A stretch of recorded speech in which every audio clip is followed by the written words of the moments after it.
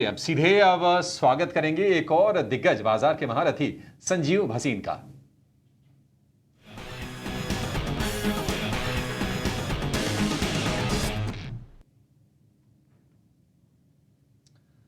भसीन साहब good morning, बहुत शुक्रिया आपका समय देने के लिए, स्वागत है। भसीन साहब बताइए बाजार पर आपका व्यू क्या कहता है और कोई अपडेट्स हैं आपके स्टॉक्स को लेकर तो वो भी शेयर कर दीजिए लगे हाथ। हाँ, गुड मॉर्निंग अभिषेक, आपको भी, डिम्पी को भी। मार्केट तो देखिए रिलेंटलेस है। अभी यूएस में भी जो भी फेड ने किया, एक दिन की घबराहट के बाद वापस आ गया। तो I think bull market continues. हमें अभी भी यही चिंता लगती है कि करेक्शन के बिना मार्केट और अनहेल्दी हो रहा है। ऐसा कोई फंड मैनेजर नहीं जो बुलिश नहीं है। और अभी आपको निकुंज ने भी पॉइंट आउट किया कि कैपेक्स और जो मेटल और स्टॉक्स हैं वो सारे ऑल टाइम हाईस पे हैं और 70-80 टाइम्स ट्रेड कर रहे हैं। और कंज्यूमर स्टेपल, कंज्यूमर ड्यूरेबल्स बहुत ही रीजनेबल वैल्यूएशन। तो I am again saying it's a tale of two cities. आपको सेलेक्टिव होना है अपना पोर्टफोलियो बनाने के लिए, कोई दो राय नहीं। लेकिन इंडेक्स पे मुझे तेजी नहीं दिखती। मुझे आपको फिर याद दिला दूं, आज 3 तारीख है, मुझे अगले हफ्ते 8, 9, 10 से एक अच्छी करेक्शन दिखती है जिसमें सारी गुड न्यूज प्राइस्ड है। अब वो चाहे 23,000 पे आए या 23,200 या 22,800 पे, ये कहना मुश्किल है। बट मार्केट ओवरऑल में मेरे को फ्रॉथ दिख रहा है। कंसेंसस बुलिशनेस मींस के corrections will be sharper than you expected. In the meantime stock specific रही है। कल आपको कॉनकॉर दिया था, कॉनकॉर कल एक आउट परफॉर्मर था। उससे पहले आपको मैंने इंजीनियर्स इंडिया भी दो तीन बारी का। अशोक लीलैंड मेरा टॉप फेवरेट। ये अभिषेक जी 140, 50, 60, 70, कल 202 मार गया है। 250 रुपए का भाव दिख जाएगा। आप भी यहाँ, मैं भी यहाँ हूं। आज के लिए आपके लिए 3 पिक्स हैं, आप कहें तो मैं शुरू करूं। सर बिल्कुल बिल्कुल शुरू कीजिए सर। अशोक लेलैंड तो वाकई कमाल कर रहा है और आपका 250, डैम कैपिटल का 245 अब तो होके ही रहेगा लग रहा है वो। हाँ तो सर पहला है रतन इंडिया, कल भी रहा रतन इंडिया पावर। देखिए जो मैंने जेपी और आर पावर आपको दिया था, जेपी 8 रुपए वाला जेपी पावर आज 22 रुपए है। 3 गुना, 12,500 करोड़ की मार्केट कैप। 2700 मेगावाट है रतन इंडिया के पास, पावर के पास। साथ में एनसीएलटी से वो बहुत जल्दी बाहर आ जाएगा। दूसरा, अमरावती और नासिक में जो प्लांट्स हैं, क्योंकि पावर की शेयर वेटेज और डिमांड इतनी स्ट्रांग है कि ये companies will rebound very fast. 4800 crore की मार्केट कैप है। दूसरा, आपको मैंने जैसे कहा गोल्डमैन, वर्डे आर इन्वेस्टर्स है, तो आपके पास अच्छे मैनेजमेंट्स हैं, अच्छे इन्वेस्टर्स हैं। 9 रुपए में दिस इज अ स्टील। मुझे तो 20 रुपए का भाव भी सस्ता दिखता है, लेकिन जैसे जैसे चेंज इन सर्कमस्टांसेस आएंगी we will play with that. Power में सेक्टोरियल प्रेफरेंस रही है और रहेगी। आरईसी पीएफसी 4 गुना बढ़ गए और अभी भी नंबर स्ट्रॉन्ग आ रहे हैं। इस कारण से जो हम रिस्क लेके आपको शेयर्स बताते हैं उनमें हाई बीटा जरूर है, लेकिन these are going to be turn around, जिसे कहते हैं अगली डकिंग बिकमिंग गोल्डन गूस। ये तरह के इनके पावर है। तो 20 रुपए का टारगेट इसमें मेरा कायम है। दूसरा मेरा पिक है सेल। देखिए कमोडिटीज में प्राइसेस फिर बढ़ रही हैं, चाइना इज बैक। और मुझे लगता है SAIL is one stock which has superseded everyone. Exports का सबसे बड़ा प्लेयर ये है और मुझे सेल में 185-90 का भाव दिखता है। 180 का नियर टर्म टारगेट है, 156 का स्टॉप लॉस। मुझे कल कोफोर्ज के नंबर्स बहुत पसंद आए। और मैं आपको ये भी बताऊं कि ये जो एक्विजिशन इन्होंने की है ये इनऑर्गेनिक इसलिए कही गई है क्योंकि इनका मैनेजमेंट नहीं है। इसमें किसी के पास 3% से स्टेक ज्यादा नहीं है। इसमें एक बहुत बड़ी गेम है जहां पे there is going to be an inherent buyout of both those companies by new promoter and the underlying business remains very strong. 19% उन्होंने आपके एबिटा, आपके नेट मार्जिन आए हैं, which is much stronger than 1 year back. और जो new acquisition है वो actually EPS एक्रिएटिव है। तो ये जो कंसेंसस अब सारे ब्रोकरेज 7600 से आगे 5000 के लेवल पे। अरे भाव तो 5000 पहले ही आ गया। अब आपको पास पैसा बनाने को है, गवाने को नहीं है। 5500 का टारगेट मुझे कोफोर्स में बहुत जल्दी दिखता है। और आपको बता दूं इसमें with in the next few weeks और may be maximum a month इसमें आपको बायआउट का भी अनाउंसमेंट आ जानी चाहिए। So ignore the bad news, buy stocks जहां पे bad news is already in the price. और 7600 नहीं, आप 5000 पे ले रहे हैं। यहाँ रिस्क रिवॉर्ड बहुत फेवरेबल है फॉर अ टारगेट ऑफ 5500। ठीक है, ये तमाम स्टॉक्स वसीम साहब के रडार पर, आप इनको नोट कर लीजिए, इनके स्टॉप लॉसेस टारगेट आप नोट करके रख लीजिए। थोड़े से लंबी अवधि के होते हैं, ऐसा नहीं कि आपको बिल्कुल ट्रेड के नजरिए से होते हैं, तो आप जरूर इसको ध्यान में रखिएगा। लेकिन चलिए शुरुआत करते हैं अपने खास सेगमेंट रिजल्ट एक्सपर्ट का।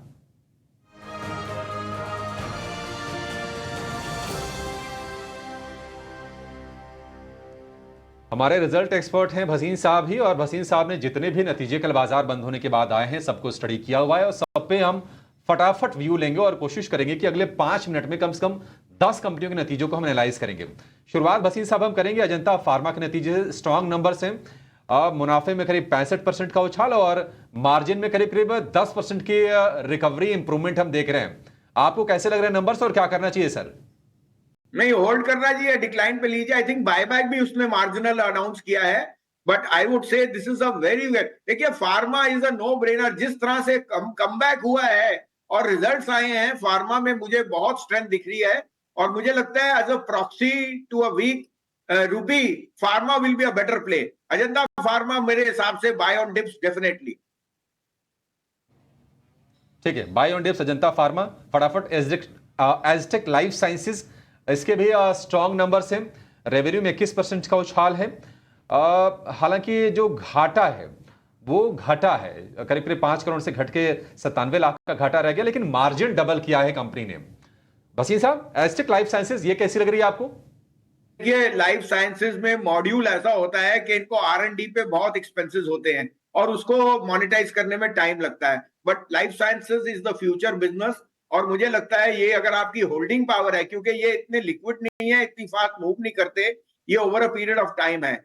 मैं यहाँ ये सजेस्ट करूंगा डिक्लाइन पे लीजिए, लेकिन अभी मेरा फेवरेट शेयर जो मैं 240-50 से कर रहा हूँ वो है बायोकॉन इंडिया।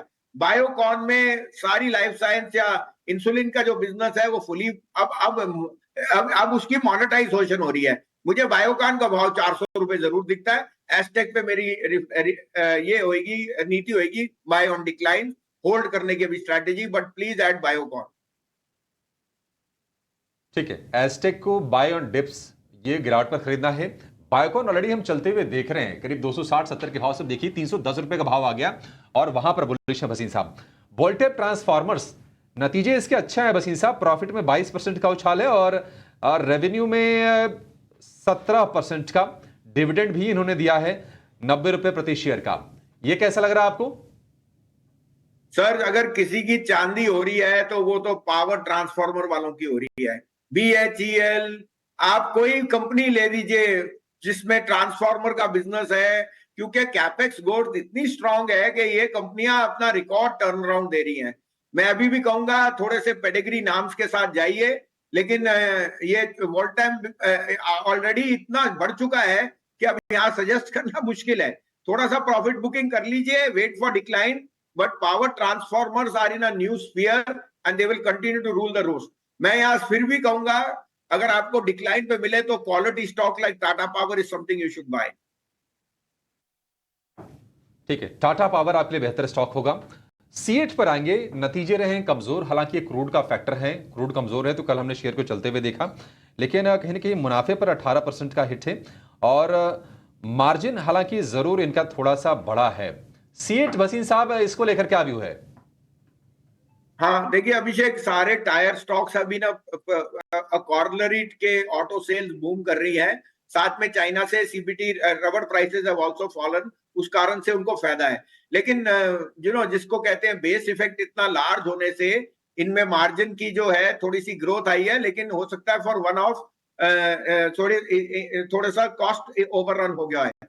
सीएट एक बहुत ही बेहतरीन स्टॉक है और अपनी अपनी शैली में सबसे ज्यादा मार्केट शेयर है, लेकिन जैसे मैंने कहा ये शेयर ऑलरेडी 4-4, 5-5 गुना बढ़ चुके हैं, तो होल्ड की स्ट्रेटेजी होगी बाय ऑन डिक्लाइन।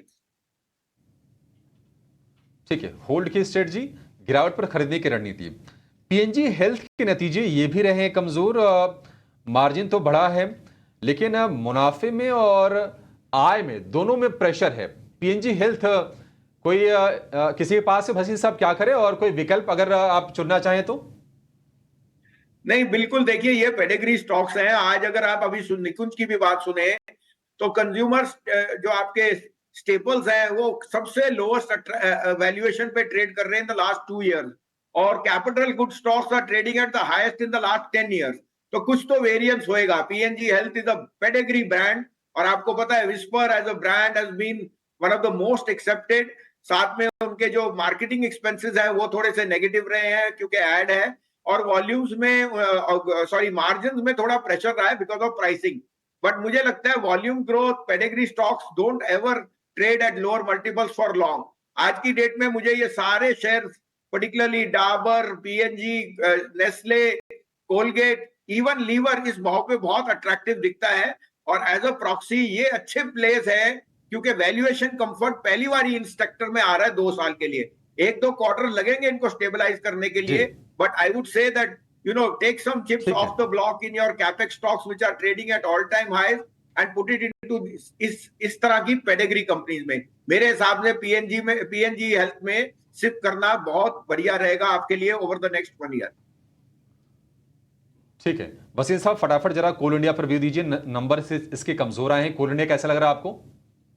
नहीं, कोल इंडिया तो बहुत ही स्ट्रांग प्ले है। देखिए उसकी मर्चेंट कोल जो सेल है वो ऑलमोस्ट 30% होती है, वहां मार्जिन स्ट्रांग है, लेकिन बेस इफेक्ट इतना बड़ा है कि थोड़ा बहुत इसमें नंबर्स की उतार चढ़ाव आ सकता है। मैं अभी भी सोचता हूं कोई डिक्लाइन मिले कोल इंडिया ऐड कीजिए। थर्मल पावर में जिस तरह से डिमांड है, coal is going through the roof और volumes will pick up over a period of time. तो इसमें बेस इफेक्ट की वजह से आपको दिखता है नंबर में थोड़ा सा उतार चढ़ाव, ये एक्सपेक्टेड है क्योंकि last year was a bumper year और वहां से उस तरह की ग्रोथ आना मुश्किल है। लेकिन stock is also moved up in tandem. मैं कहूंगा होल्ड कीजिए, डिक्लाइन पे आपको इसको ऐड करने की एडवाइस है। वसीम साहब 30 सेकंड का समय है हमारे पास। 2 शेयर, चूंकि रेलवे के शेयर आपको पसंद भी आ रहे हैं, तो रेलटेल पर व्यू दीजिए और केईआई इंडस्ट्रीज पर व्यू दीजिए। रेलवे में इरकॉन, मैं अभी भी कहता हूं IRCON is a no brainer, इसको ऐड करिए, ये बहुत ही बढ़िया प्ले है। दूसरा, आपने कोफोर्ज के नंबर नहीं पूछे, मुझे लगा कोफोर्ज के जो मार्जिन 19% आए हैं वो लास्ट ईयर इस इफेक्ट से बहुत स्ट्रांग है। और जैसे मैंने अभी आपको रिकमेंड किया, कोफोर्ज में कोई प्रमोटर नहीं है, 2 या 3% से ज्यादा प्राइवेट इक्विटी एग्जिट कर गई, ये एक परफेक्ट टेक ओवर कैंडिडेट है। और आज जो उन्होंने एक्विजिशन आई है वो actually acquisition is actually EPS accretive, तो मुझे वो बहुत पसंद है। लेकिन इरकॉन और आपका CONCOR, these are 2 railway stocks which I would recommend very very strongly in your portfolio. ठीक है, परफेक्ट। वसीम साहब बहुत शुक्रिया आपका फटाफट इन सारे नतीजों पर अपना व्यू शेयर करने के लिए और हमारे दर्शकों का मार्गदर्शन करने के लिए, क्योंकि ये नतीजे बड़े अहम होते हैं सर। अब हम रोज डे टू डे बिजनेस में हैं, तो जो नतीजे आ रहे हैं उसमें स्टॉक्स रेट करते हैं, तो लोग जानना चाहते हैं और हमारा धर्म बनता है कि हम उनके बारे में लोगों को जानकारी दें। बहुत शुक्रिया sir, thank you so much आज हमारे साथ जुड़ने के लिए और ये व्यू शेयर करने के लिए।